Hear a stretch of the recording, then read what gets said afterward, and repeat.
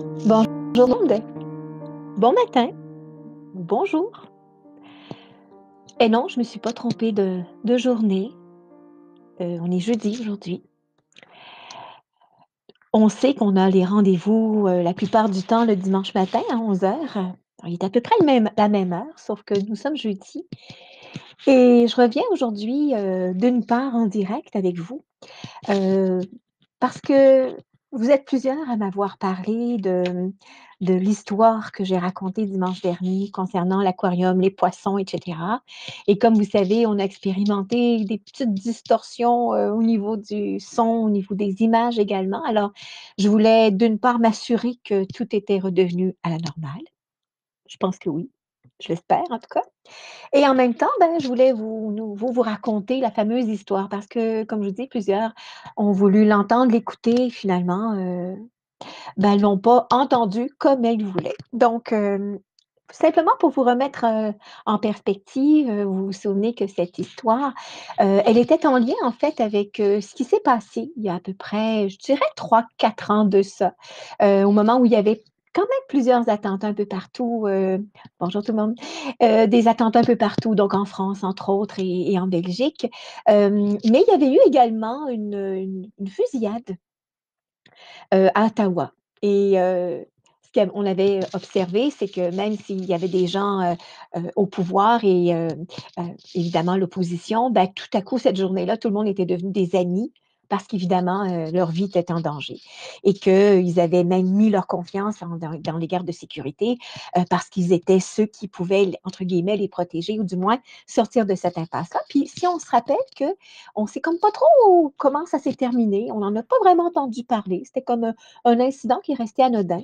Et suite à une méditation, parce que là, ça commençait à brasser un petit peu partout, je me souviens d'avoir eu cette fameuse histoire-là dont je vais vous raconter à nouveau. Alors, comme j'avais dit la semaine passée, je vais faire une fanfreluche de moi-même parce que vous savez, plusieurs d'entre vous, que c'est mon idole. Alors voilà. Euh, si on avait à s'imaginer un aquarium plutôt devant nous, on sait que un aquarium vitré, assez gros quand même, avec des poissons de toutes les sortes, de toutes les couleurs, de toutes les tailles, de tous les âges.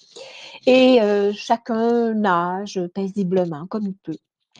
À l'intérieur de cet aquarium-là, évidemment, l'eau est relativement claire, ça semble être joyeux et surtout que le fond, le fond de l'aquarium est rempli de sable clair, léger. La vie est belle. Tout le monde, du moins tous les poissons semblent heureux. Et tout à coup arrive peut-être un humain, peut-être un animal qui s'est approché de la paroi de l'aquarium et puis et qui a fait peur à un des poissons. Et un de ces poissons-là se met à nager de gauche à droite, de haut en bas. Évidemment, il ne peut pas sortir de l'aquarium. Sa vie pourrait être menacée, ça va de soi. Mais en même temps,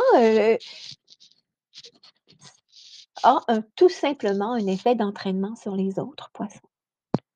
Alors, au bout de quelques instants, la seconde d'avant, c'était le calme et la seconde après, c'est le chaos total dans l'aquarium.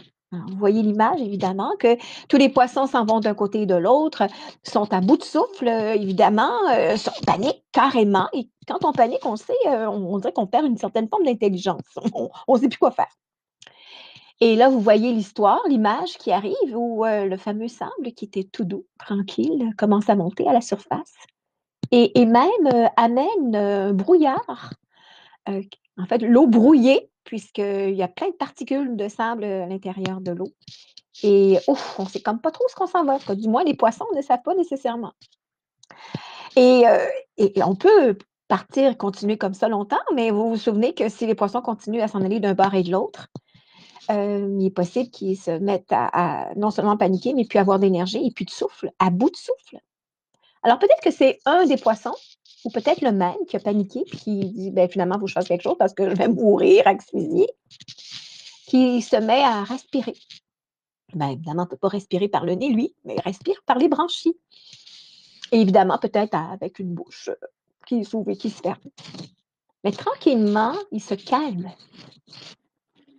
et tranquillement a une influence sur les autres poissons. Je pense que vous commencez à me voir venir Et officiellement, évidemment, au bout d'un quelque temps, eh bien, le calme est revenu dans l'aquarium et c'est ce qu'on voulait, que du moins, le calme est revenu. Tout le monde respire, les poissons également. Et puis, évidemment, le sable peut éventuellement se remettre dans le fond de l'aquarium. Mais la morale ne s'arrête pas là, et l'histoire ne s'arrête pas là, parce que lorsque j'étais dans cet espace de méditation-là, il y a eu une suite, me signifiant que si on avait choisi de prendre un échantillon d'eau avant la tempête et après la tempête, l'eau était plus claire. Parce que les particules de particules de sable, par contre, excusez, c'est parce qu'on me dit que le son était très bon. Je suis très contente. Que le sable, en fait, avait fait le lien et avait été, je dirais, l'élément pour pouvoir purifier l'eau. La morale de cette histoire, c'est qu'à des moments, on ne sait pas trop dans quoi on est, collectivement ou individuellement. On ne voit pas clair. On ne voit pas clair parce qu'il y a plein d'eau, plein d'émotions. On ne sait pas où on s'en va. Il y a de l'incertitude, il y a de l'insécurité, qu'on peut donc le transposer en ce moment dans ce qu'on vit. Mais les poissons paniqués ont l'influence sur les autres poissons également. Et nous, si on n'arrive pas à respirer, à se calmer, à faire confiance, pas juste confiance à ce qui se passe autour, au niveau des gouvernements, etc. Confiance, hein? Il n'y a jamais rien qui arrive pour rien. Et qu'on peut clairement avoir une influence sur les gens, de façon positive, évidemment, puis évidemment, de façon chaotique, si on le veut. Et c'est pas ça qu'on veut. Ce qu'on veut, c'est que tout le monde veut être bien et être heureux. Et si ce qui se passe en ce moment au niveau collectif, au niveau mondial, nous amène à voir ailleurs, autrement, de changer notre regard, de voir les choses que nous pensions acquis ou acquises, ben c'est pas évident maintenant, hein? On se rend compte qu'on a peut-être beaucoup, beaucoup critiqué un petit peu avant, puis là, ben, finalement, on se rend compte que les choses qui étaient simples, qui étaient anodines, comme aller au magasin, aller chez l'esthéticienne, aller chez la coiffeuse, ou peu importe, on y pensait même pas, on prenait un rendez-vous, on y allait. Ah, là, on doit y penser 2 fois parce que pour l'instant, c'est pas comme on veut. Alors, je trouvais ça important de revenir sur l'événement puisque, premièrement, l'image est meilleure. Yeah! Le son est meilleur également. Re-yeah! Puis également de pouvoir se rappeler que nous pouvons détenir dans le moment présent. Ce qu'on fait là a un effet sur demain. Alors, ce qu'on vit maintenant, on l'a créé hier. Alors, même s'il ne fait pas très soleil aujourd'hui, jeudi, hein, je vous le rappelle, donc le dernier jour du mois d'avril, le mois de mai, c'est demain, 1er mai. Alors, c'est le mois de Marie. Bon, on en reparlera dimanche si vous voulez bien, mais c'est aussi le mois de la vie. Alors, qu'est-ce qu'on choisit? Est-ce qu'on choisit de mettre la vie à notre service et il faut lui donner une direction parce que c'est un peu ça, l'idée derrière tout ça, de l'aquarium. Alors, de pouvoir avoir une influence sur l'un sur l'autre, c'est vrai. Et si vous vous souvenez à la fin de l'émission, parce qu'il a fallu qu'on coupe, en fait, je n'ai pas coupé, ça a coupé tout seul. Et nous sommes revenus, on s'en rappelle. Vous vous souvenez que je vous avais parlé que une finale de l'aquarium, entre autres, c'était de réaliser que s'il n'y a pas de pompe dans l'aquarium, ça comme dans tout autre cours d'eau, s'il n'y a pas d'oxygène, s'il n'y a pas de courant, s'il n'y a pas de circulation, tout stagne. Et si l'eau stagne, eh bien, au bout d'un certain temps, elle va devenir remplie d'algues. Elle va devenir sans vie. Et puis, finalement, on se laisse aller là-dedans. À quoi ça sert? Eh bien, non! Réveillons-nous! Créons des activités. Aujourd'hui, c'est le temps idéal, parce qu'il pleut beaucoup, de faire un pique-nique dans le salon. Assis par terre, à faire un pique-nique. À sortir la plus belle vaisselle que nous avons.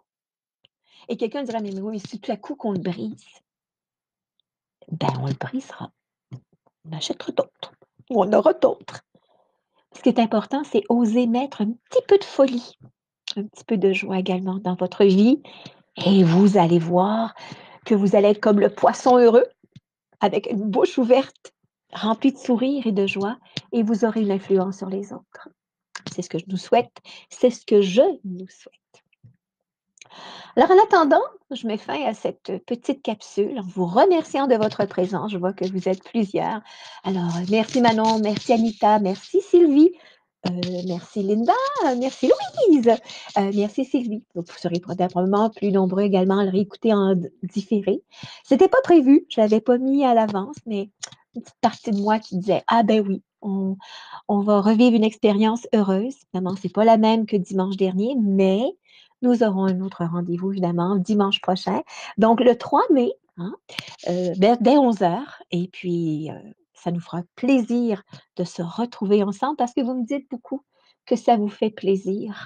Mais moi, ça me fait également plaisir de vous retrouver et qu'on puisse avoir notre petit rendez-vous de la semaine.